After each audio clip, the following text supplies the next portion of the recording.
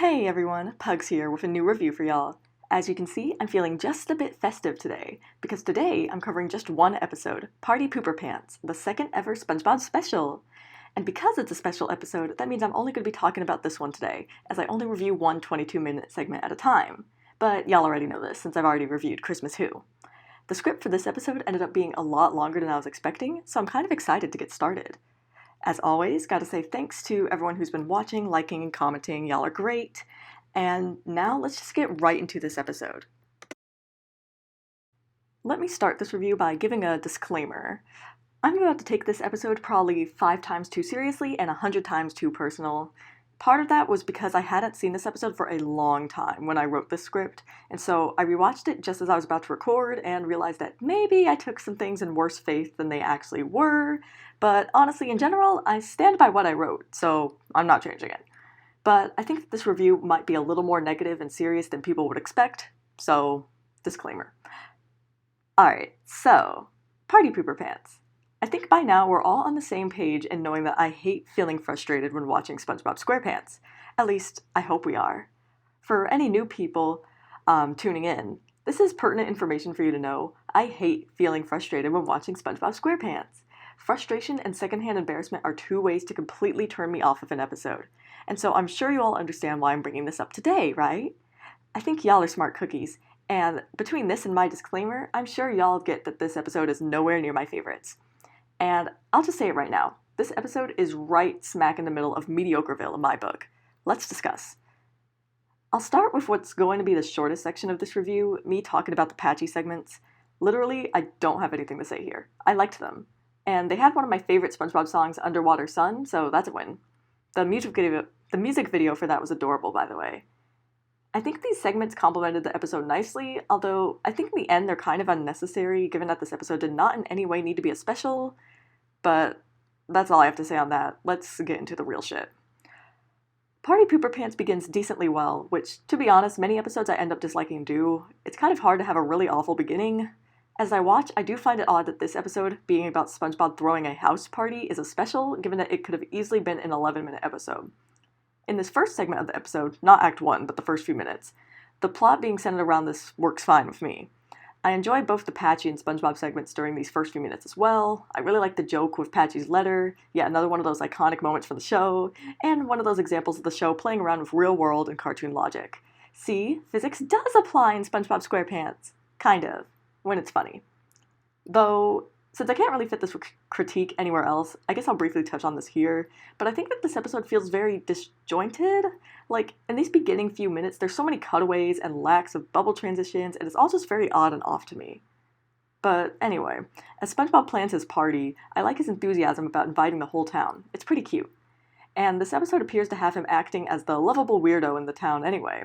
So when SpongeBob sets these expectations, I set my own expectations, expecting all of this to turn out fine. A foolish decision, really. This first section of Party Pooper Pants, while enjoyable overall, also gives a bit of foreboding feeling, as it inadvertently foreshadows its own issues. The whole record exchange SpongeBob has with Lou, the cashier at the store, leaves a lot to be desired in terms of entertainment and humor quality. The exchange is repetitive and boring to me, not to mention kind of unnecessary. And I suppose this could have been considered the beginning of my complaint that this episode could have been cut down to 11 minutes, because surely we didn't need this exchange. When things get repetitive in the very beginning of the episode, then that doesn't really bode well for the rest of the episode at all. Though, as I've said, these first few minutes aren't all bad. The bit right after this exchange, with the photo of Lou when he first started his job beaming versus currently where he wears a scowl, was pretty funny. Just a typical woes of capitalism joke that I like to see. And the way that Lou is fed up with SpongeBob and perhaps life in general is also great. There's a bunch of funny little jokes in this episode all over the place, like the bit with SpongeBob's kindergarten classmate, which definitely got a good laugh out of me. It's just too bad that these jokes are in this episode, or I might be able to appreciate them more, or even just remember that they exist more often. The feeling of foreboding returns once we see SpongeBob organizing this party to hell and back, because we already know what's about to happen. I know SpongeBob is sticking to this organizing rigidly because he thinks this is what makes a party a success, but that unfortunately doesn't change the fact that SpongeBob is a little bit insufferable. In-universe, that is. I don't find myself all that annoyed with him, but I'll get to that in a minute. Anyway, this leads us to the next part of the episode, which is, of course, the party. And God, I'm sorry, but this is so boring, at least at first. I know the whole bit with Patrick and the thing with the conversation cards is supposed to be dull and awkward, but that doesn't stop it from being, you guessed it, dull and awkward. Like, my finger is hovering over the metaphorical fast forward button here. All the extra time this special has, and this is what it thinks to do with it? A shame, really. I do like the gag with the cable and wire cutters, though. That was pretty funny and unexpected. And I love when the troll side of SpongeBob comes out. Yeah, as has been established in these reviews time and time again. That troll side of SpongeBob, however, is not the only side of SpongeBob to emerge in this episode. Perhaps it's just me, but SpongeBob feels nearly out of character in this episode. And I've been thinking about this as I write the script and in the time between writing the script and recording, but maybe it's less that he's out of character and that this part of his character, which requires a lot of careful writing so as to not be grating, was not handled the way it should have been. SpongeBob is so high-strung in this episode, it's so rigid. While we've seen SpongeBob have these more neurotic elements before, like an Employee of the Month or SpongeGuard on duty, though I didn't quite like that episode either, I think that this episode is the most extreme we've seen these traits, without any real catalyst given that SpongeBob has had no real problem hosting or being around others before.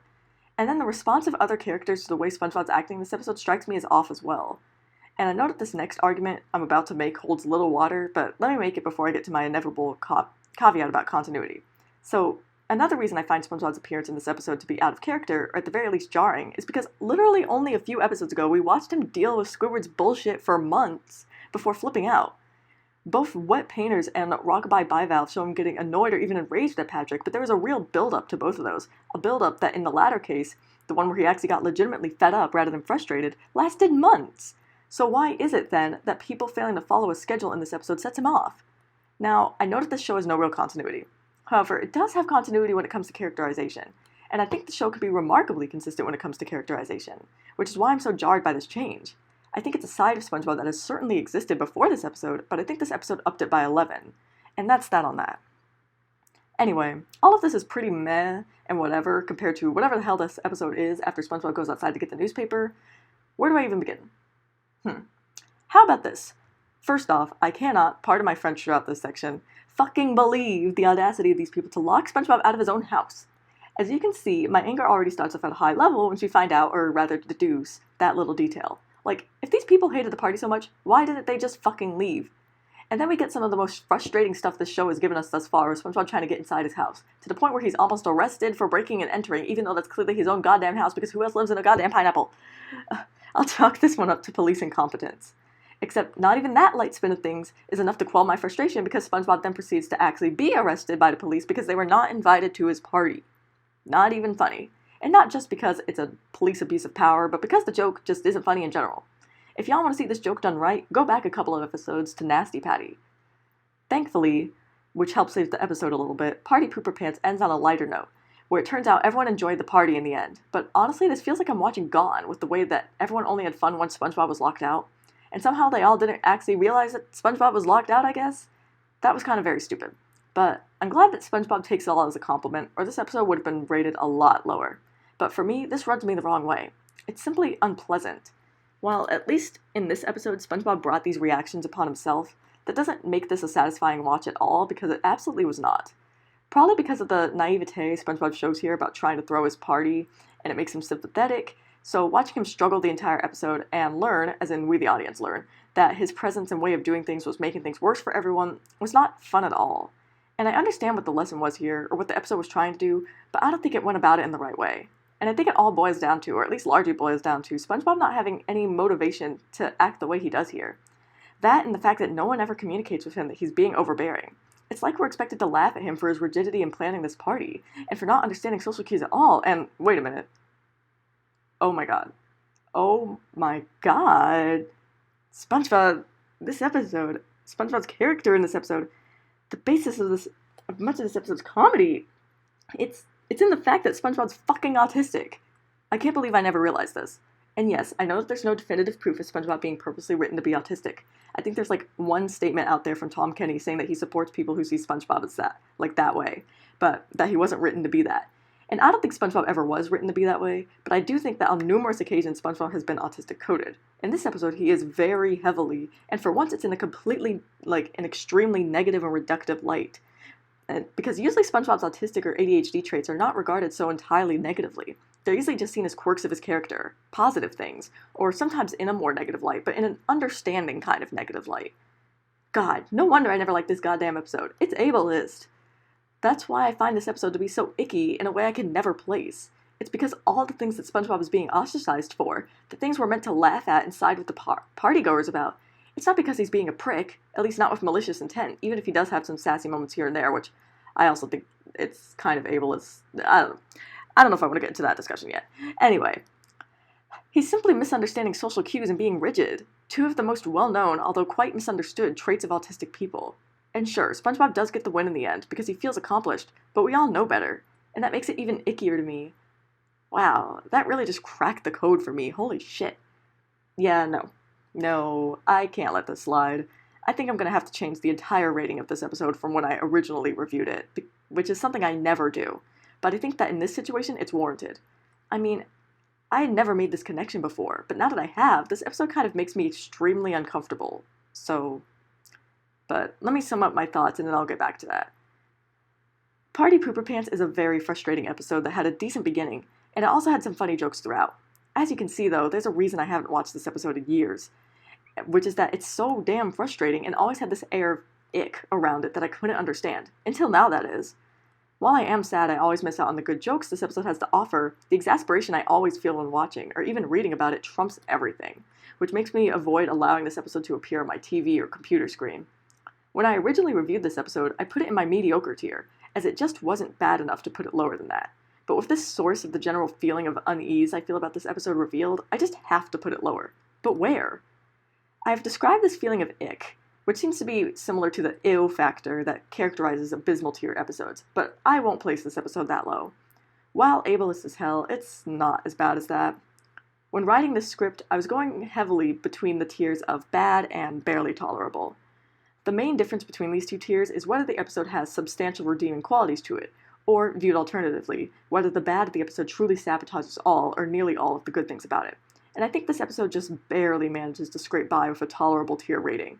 Honestly, kind of because of the extra padding of the special length that I complained about earlier, which is some true irony right there. Since the episode does have those patchy segments, and segments that don't make the basis of the comedy thinly veiled ableism, I feel comfortable rescoring this episode by exactly 1 point, and placing Party Pooper Pants in my tolerable tier, where it comes in with a score of 4.3 out of 10. As always, gotta end with some closing thoughts of mine, and man, I was not expecting this video to be so long, but I got the script writing, and then I just kept going, and then when I had that revelation about the undertones of this episode, well, there was no stopping me then. So yes, this is the first time I've changed the score of an episode for one of these videos. There are many times before that I've wanted to do this, that I've considered doing this, but I've always stuck with the scores I originally assigned because usually those changes aren't very large. Sometimes they are about moving an episode a tier, but it was an episode that was already on the edge anyway. But this time, I just knew that I had to do something because the way that my opinion on this episode changed was so much more comprehensive than other episodes. It's not about liking and disliking, but it's about realizing that there's some messed up things behind this episode. And none of what I've said in this review is to say that I think everyone should dislike this episode.